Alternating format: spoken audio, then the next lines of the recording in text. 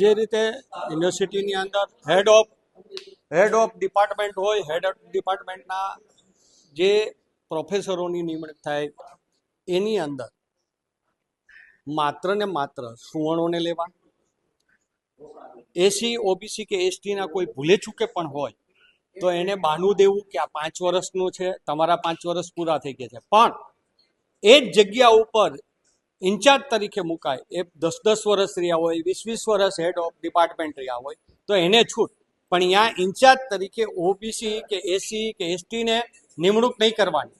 એટલે ક્યાંક ને ક્યાંક એસી ઓબીસી અને એસટીને અન્યાય કરવામાં આવે છે.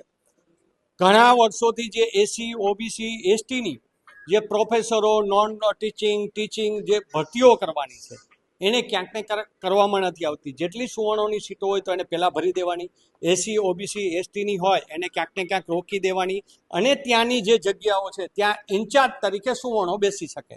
પણ એસી ઓબીસીને કોઈ સંજોગોમાં ન્યાય ના આપો.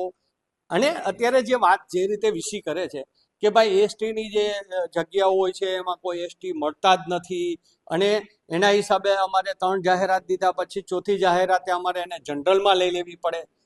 મને નથી લાગતું કે આજની આ સ્થિતિમાં એસટી કોઈ પ્રોફેસર કે ના મળે, કારણ કે જો ન મળતા હોય તો આ જે ગુજરાતની સરકાર 30 વર્ષથી બેઠી છે એને ડૂબી મરવું જોઈએ કે એ એસટીના લોકોને ભણાવી નથી શકતા. તો એનો મતલબ એવો થાય. અને જો એસટીના લોકો ભણીને પ્રોફેસરો થયા હોય તો એની ભરતી પૂર્ણ કરવી જોઈએ. પણ જે રીતે વીસી એમ કહે છે કે અમને એસટીનો કોઈ એક મળતો નથી, તો એસટીનો તમને નથી મળતો, એસી ઓબીસીની જે જગ્યાઓ ટીચિંગ નોન ટીચિંગની ખાલી છે તો એની તો પ્રક્રિયા પૂરી કરો. અત્યારે એવું કીધું છે કે સરકારમાં દરખાસ્ત મોકલી છે, એટલે મેં એમને કીધું છે કે મને એક કોપી આપો, હું વિધાનસભામાં અમારા વિરોધ પક્ષના નેતા દ્વારા પણ મુકાવું કે યુનિવર્સિટીની આટલી જગ્યાઓ જો પ્રક્રિયામાં હોય, સરકારમાં મંજૂરીમાં મૂકી હોય તો કેમ સરકારમાં મંજૂરી નથી આપતી. અને આ સરકાર તો ક્યાંક ને ક્યાંક લોકોનો તો અવાજ દબાવતી જ હતી, હવે વિદ્યાર્થીઓ પણ અવાજ ન કરે. એટલા માટે પહેલાં તો જનરલ જે જીએસની ચૂંટણીઓ હતો એ તો બંધ કરી દીધી. હવે સેનેટની અંદર ભૂતકાળના જે અહીંથી ગ્રેજ્યુએટ થયેલા લોકો હોય, વિદ્યાર્થીઓ હોય, એ હવે સેનેટમાં ભવિષ્યના વિદ્યાર્થીઓ માટે પણ અવાજ ન ઉઠાવી શકે અને લડાઈ ના કરી શકે. એટલે સેનેટે કેન્સલ કરી નાખ્યું છે.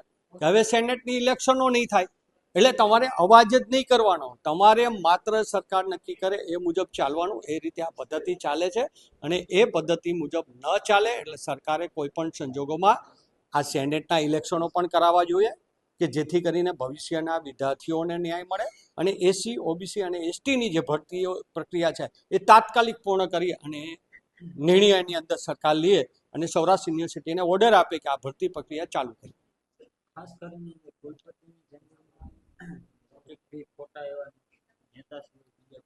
જે રીતે નરેન્દ્રભાઈ જ્યારથી આ ગુજરાતની અંદર સીએમ થયા હવે આ દેશના વડાપ્રધાન બન્યા ત્યારથી માત્ર ને માત્ર પોતાની વાહવાહી કરવી, અને આ દેશને જેને આઝાદ કરાવ્યો એવા મહાત્મા ગાંધી હોય, બાબા સાહેબ આંબેડકર કે જેના બંધારણ ઉપર આખો દેશ ચાલતો હોય, અને સરદાર વલ્લભભાઈ જેવા હોય, એના ફોટાઓ નહીં રાખવા, માત્ર ને માત્ર પોતાના રાખવા.